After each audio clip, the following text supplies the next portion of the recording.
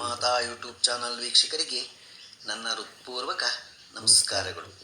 ಸುಭಾಷಿತ: ಸಾವಿಗೆ ನಾ ಹೆದರುವುದಿಲ್ಲ, ಯಾಕೆಂದರೆ ನಾ ಇರೋ ತನಕ ಅದು ಬರೋದಿಲ್ಲ, ಅದು ಬಂದಾಗ ನಾ ಇರೋದಿಲ್ಲ. ಇದು ದತ್ತಾತ್ರೇಯ ರಾಮಚಂದ್ರ ಬೇಂದ್ರೆಯವರದು. ಗೊತ್ತಾಯ್ತಾ? ಇವತ್ತು ದಿನ ಪಂಚಾಂಗಕ್ಕಿಂತ ಮುಂಚೆ ತಿಮ್ಮಪ್ಪನಿಗೆ, ತಿರುಪತಿ ತಿಮ್ಮಪ್ಪನಿಗೆ ಗೋವಿಂದ ಗೋವಿಂದ ಅಂತೀವಿ. ಅದರ ಅರ್ಥ ಏನು ಅನ್ನೋದ್ರ ಬಗ್ಗೆ ನಾವು ತಿಳ್ಕೊಳ್ಳೋಣ. ಒಮ್ಮೆ ಶಿವನು ಮತ್ತು ವಿಷ್ಣು ಚರ್ಚಿಸುವಾಗ ವಿಷ್ಣು ಶಿವನನ್ನು ಕೇಳುತ್ತಾರಂತೆ, ಪರಮೇಶ್ವರ, ಅತಲ ಸುತಲ ಪಾತಾಳ ಬ್ರಹ್ಮಾಂಡ ದೇವಲೋಕ ಇಂದ್ರಲೋಕ ಎಲ್ಲ ನೋಡಿದ್ದೇನೆ, ಆದರೆ ನೀವು ಇರುವಂತಹ ಕೈಲಾಸವನ್ನು ನಾನು ನೋಡಿಲ್ಲ, ಒಮ್ಮೆ ನೋಡಬೇಕು ಎಂಬ ಆಸೆ ಇದೆ ಎಂದು ಕೇಳಲು ಪರಶಿವನು ಅದರಲ್ಲಿ ಏನಿದೆ, ನಾಳೆಯೇ ಬಂದು ಕೈಲಾಸವನ್ನು ನೋಡಬಹುದು ಎಂದು ಆಹ್ವಾನಿಸುತ್ತಾರೆ.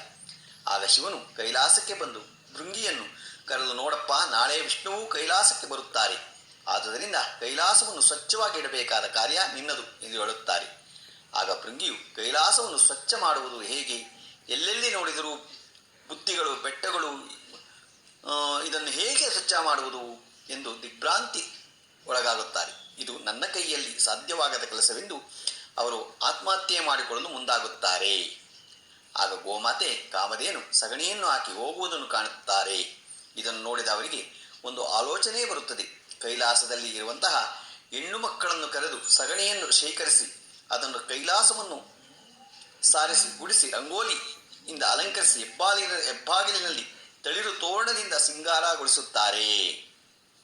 ಆಗ ಮರುದಿನ ವೈಕುಂಠವಾಸಿಯಾದ ವಿಷ್ಣುವು ಕೈಲಾಸಕ್ಕೆ ಬರುವಂತಹ ವೇಳೆಯಲ್ಲಿ ಅಷ್ಟೈಶ್ವರ್ಯವನ್ನು ಅಲಂಕಾರ ಮಾಡಿಕೊಂಡು ಸುಗಂಧ ದ್ರವ್ಯಗಳಿಂದ ಶಂಕು ಚಕ್ರದ ಪುಷ್ಪ ಹಸ್ತಗಳಿಂದ ವಿರಾಜಿಸುತ್ತಾ ಗರುಡಾರೂಢವಾಗಿ ಕೈಲಾಸಕ್ಕೆ ಬರುತ್ತಾರೆ.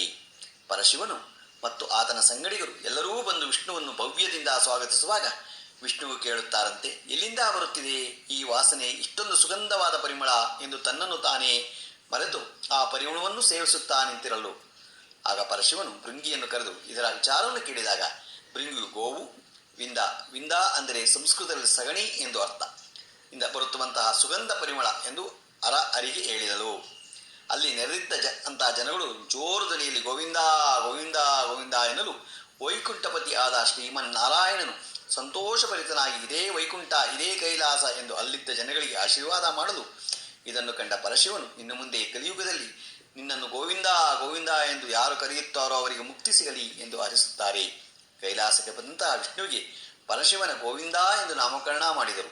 ಹೀಗಾಗಿ ತಿರುಪತಿ ತಿಮ್ಮಪ್ಪನ ಪಾದಕ್ಕೆ ಗೋವಿಂದ ಗೋವಿಂದ ಎಂದು ಜಗತ್ತು ಮತ್ತು ದೇವಾನುದೇವತೆಗಳು ಕೊಂಡಾಡುತ್ತಾರೆ. ಗೊತ್ತಾಯ್ತಾ? ನಾವು ಯಾವಾಗಲೂ ಗೋವಿಂದ ಗೋವಿಂದ ಅಂತ ಹೇಳಿದ್ರೆ ನಮಗೆ ಶ್ರೇಯಸ್ಸು ಯಾವಾಗಲೂ ಸಿಗತ್ತೆ. ಇವತ್ತು ದಿನ ಪಂಚಾಂಗವನ್ನು ತಿಳ್ಕೊಳ್ಳೋಣ.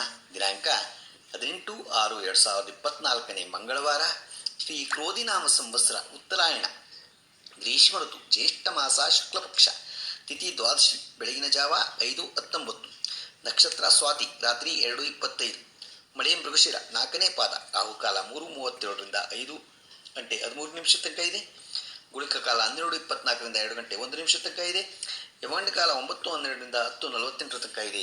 ಇವತ್ತು ಯಾರು ಹುಟ್ಟುಹಬ್ಬ ಆಚರಿಸ್ಕೊಂತಿದ್ರು, ಮದುವೆಯಾದ ದಂಪತಿಗಳು ವಾರ್ಷಿಕೋತ್ಸವ ಆಚರಿಸ್ಕೊಂತಿರೋರಿಗೆ ನಮ್ಮ ಹೆಬ್ಬಳಲು ಶ್ರೀಚಕ್ರ ಮಾತಾ ಯೂಟ್ಯೂಬ್ ಚಾನಲ್ ಕಡೆಯಿಂದ ಶುಭ ಕಾಮನೆಗಳನ್ನು ತಿಳಿಸ್ತೀವಿ. ದೇವರು ಅವರಿಗೆ ಆಯಸ್ಸು, ಆರೋಗ್ಯ, ಐಶ್ವರ್ಯ ಎಲ್ಲ ಕೊಟ್ಟು ಕಾಪಾಡಲಿ ಅಂತ ನಾನು ಕೇಳ್ಕೊತೀನಿ.